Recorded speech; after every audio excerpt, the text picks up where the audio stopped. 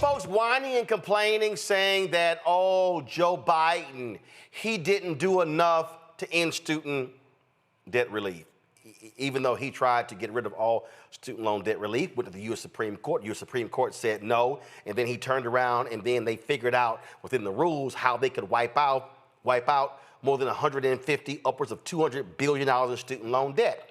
And then people were still bitching and moaning about how they wanted him to wipe out student loan debt relief when it was already clear it didn't happen. So maybe if a bunch of those same people had voted for Hillary Clinton in 2016, then that would have happened, because then she would have appointed 3 Supreme Court justices. But that's another story. So what then happens? Folks sit on their asses, they don't vote, or some vote for MAGA, and guess what we now get? This from the clueless press secretary Karoline Leavitt about student loans. The Trump administration has announced we will put an end to Joe Biden's illegal student loan bailout attempts. No student loan has been referred to collection since March of 2020.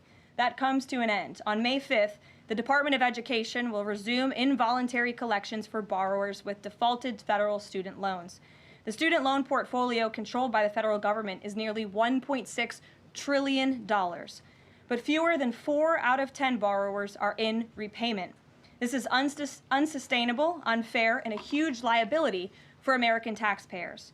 Debt cannot be wiped away. It just ends up getting transferred to others. So why should Americans who didn't go to college or went to college and responsibly paid back their loans pay for the student loans of other Americans? The Trump administration will never force taxpayers to pay student loan debts that don't belong to them. Student loan borrowers need clarity, and we're finally giving it to them. Borrowers will now be clearly expected to repay their loans, and those who default on their loan obligations will face involuntary collections. The government can and will collect defaulted federal student loan debt by withholding money from borrowers' tax refunds, federal pensions, and even their wages. America is $36 trillion in debt. We must get our fiscal house in order and restore common sense to our country. If you take out a loan, you have to pay it back. It's very simple. Really? Okay, gotcha. Tell that when taxpayers Trump used $25 billion to give to farmers last time because of his dumb tariff decision. Roxanne Garza, Director of Policy at EdTrust, joins us now from Washington, D.C. Roxanne, glad to have you here. Elections have consequences. You know, a lot of people complaining about Biden, didn't do enough. He was catching hell from all sorts of people, and they just ignored the almost $200 billion in student loan debt relief that actually took place. Well, guess what? Now people are realizing that Trump don't give a damn, and they're now going to have to deal with the possibility of their wages being garnished. Yeah, no, thank you. First of all, thank you so much for having me to talk about this issue. Yes, as we just now heard, that is the plan. So next month, for the first time in about five years, federal student loan borrowers will start to face the financial consequences of missed payments on their student loans. So the people that we're talking about here are, people that are potentially delinquent on their loans currently. So that means you've missed a payment, you missed up to 3 payments, so you can be delinquent for 90 days. After those 90 days, your loan is essentially flagged as delinquent. At that point, it can affect your credit score. And then, once you're about 9 months of no payment, then your loan goes into default. And that's when you can really see these very serious financial consequences, like she said, wage garnishments, tax credit garnishment, Social Security, things that, people really rely on to make ends meet. Those are things that that the government can start to garnish in order to, essentially make a payment on that debt that you owe.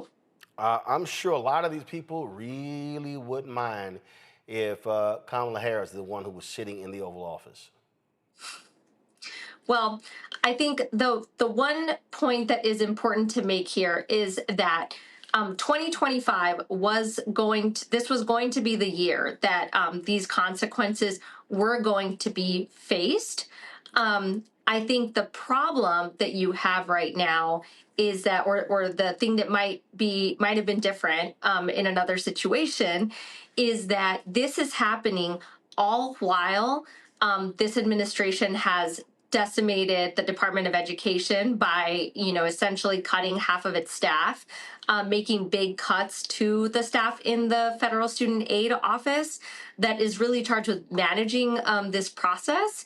And also all while they are wanting to make changes, installing, essentially applications for student loan repayment options that are more manageable, like the SAVE plan that would reduce payments for borrowers. So I think the real issue is that this is happening all while this administration is doing a lot of other things that are hurtful, that are causing chaos for student borrowers. So it's really creating a perfect storm of all of these things kind of coming to a head at the same time. And this is really the last thing the borrowers need when there's already a lot of chaos, a lot of unanswered questions about what they should be doing, how they should be repaying their loans. I think this is the other thing to really take note is, people want to make payments on their loans. They want the payment to be manageable, but they want to make payments,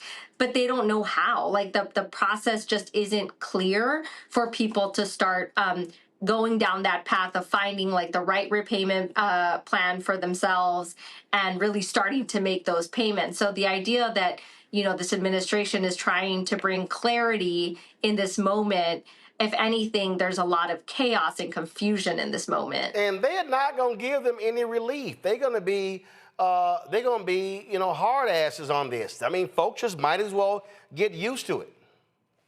Yeah, I think that's right. I don't think that we will necessarily, see a lot of leniency or the administration, potentially trying to find ways to make repayment easier. I think in previous administrations, people understood that these financial consequences of default are very real for students and borrowers and their families at a time when we're seeing, cost of living go up, housing, childcare, all these different costs that are really stretching families thin. So that is why there was really this attempt to make repayment easier on families and trying to create repayment plans that were more affordable, that could provide relief. That is not what we're unfortunately seeing right now out of this administration at a time when a lot of these flexibilities are coming up.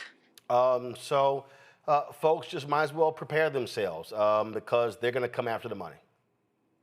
Yeah, I think that's true. I think what I would recommend is that if you do have student loans, if you haven't been making payments, you should contact your servicer. The Department of Education, says that you can contact them to figure out what your next step is to make a payment. So, I would make sure that I would contact the servicer. I would contact the Federal Student Aid Office and see what your options are. Make sure that you understand what plan you're on, whether you can get on a more affordable plan in order to avoid delinquency or default. The problem is, I don't know that you will get your questions answered or your call answered. So I would say, I would urge people that if you can't get through to somebody, then you really should make your voice heard with your member of Congress, and really make them understand that, you're trying your best, you're trying to get in touch with the agency, you're trying to make it right. But sometimes it's going to be really difficult, again, because of the staff cuts. So I think those are the big things for people to know right now. There aren't a lot of options. There's not a lot of clarity. So I would, actively reach out again to the Department of Education to the extent that you can get through to your servicer or to your member of Congress. Crazy, crazy, crazy. Roxanne, we appreciate it. Thanks a lot. Thank you. You know what, Teresa? Again, elections have consequences, and there were so many people who were whining, complaining, moaning, oh, Biden's not doing enough. Well, what you gonna do now? Well, what most people are gonna do is hopefully reach out to their student loan provider and try to get on a monthly payment schedule, like I did. I think when the first announcement came out, obviously we was all waiting for Biden's plan to get it across the finish line. But again, the roadblocks in the Supreme Court also halted that opportunity to alleviate so much payment debt from so many. But now, again, we're, instead of being alleviated from all these student loan debt payments, we're now being forced to pay in full. And so, you and your guest was totally right when it comes to like elections have consequences, and those consequences are, meeting us exactly where we are in our home and in our everyday life. So when people are complaining about eggs, just remember, you now have to pay a student loan debt that's 3 times the cost of what it is to purchase eggs at this moment. Mustafa? I mean, it's just the continual foolishness of this administration. I mean, so you got people who are in survival mode, right? There are so many people trying to keep the lights on, trying to put food on the table. They literally just trying to survive. I had a few folks who I know who actually reached out to the Department of Education because they were trying to, figure out what they could do and how they could, rectify some situations. They just couldn't get anybody to answer the phone, or, they get transferred. So you've got that dynamic when you have the hollowing out of these agencies and departments. And then you got, the impacts that are going on. Like they said, wage garnishments, you got tax refund offsets. That means that you think you're getting a tax return and you're not going to get it because they're going to use it toward whatever the balance is. And then the other thing that follows people for a long time is the negative credit report stuff. Somebody's got to do something differently. Here's the last thing, too. You know how Trump always talks about how he loves, these Norwegian countries, whether it's Norway or Finland or Sweden or Denmark or Iceland, all these countries that he often, wants to emulate. It's interesting because all of them, if you are a student and you want to go to a university or a college that's public, it's free. So that's actually where we should be headed. But in this moment, we got to deal with this particular issue. Pick up the phone, send an email, go up to Capitol Hill and let folks know that you have some concerns here and that you're trying to get it right, but that is causing you some significant, distress and harm. And for some folks, it's going to put them in a bad situation because once you get negative credit, it just follows you around like a ball and chain. So, but as you said before, you get what you vote for. You had the opportunity to actually have somebody who understood what it means to be out there grinding and to be out there trying to do the best that you can. And you decided that wasn't the individual that you wanted. And then you had someone who is a billionaire who's never had to worry, or his children never had to worry about going to college and paying for it. And you chose the individual who has absolutely no idea who you are and doesn't care about you. So once again, you get what you vote for. Hello, I'm Isaac Hayes III, founder and CEO of Fanbase. Listen to what I'm about to tell you. The window to invest in Fanbase is closing. We've raised over $10.6 million of our $17 million goal. That means there's room for less than 6,370 people to invest in Fanbase for the average amount. The minimum to invest in Fanbase right now is $399. That makes you an owner in Fanbase today. Go to startengine.com/fanbase to invest. Why? Because current social apps have taken advantage of users for far too long, with content suppression, shadow banning, harmful racist content, and no real tools for monetization and equity.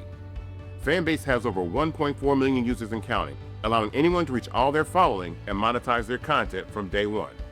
Social media is the new TV, and whoever owns the apps that distribute that content have the opportunity to own potential billion-dollar companies. While big platforms with uncertain futures are failing to serve their users, Fanbase is stepping up to fill the gap. Don't wait until it's too late. Invest now, invest for yourself and your future. Go to startengine.com/fanbase and own the next generation of social media.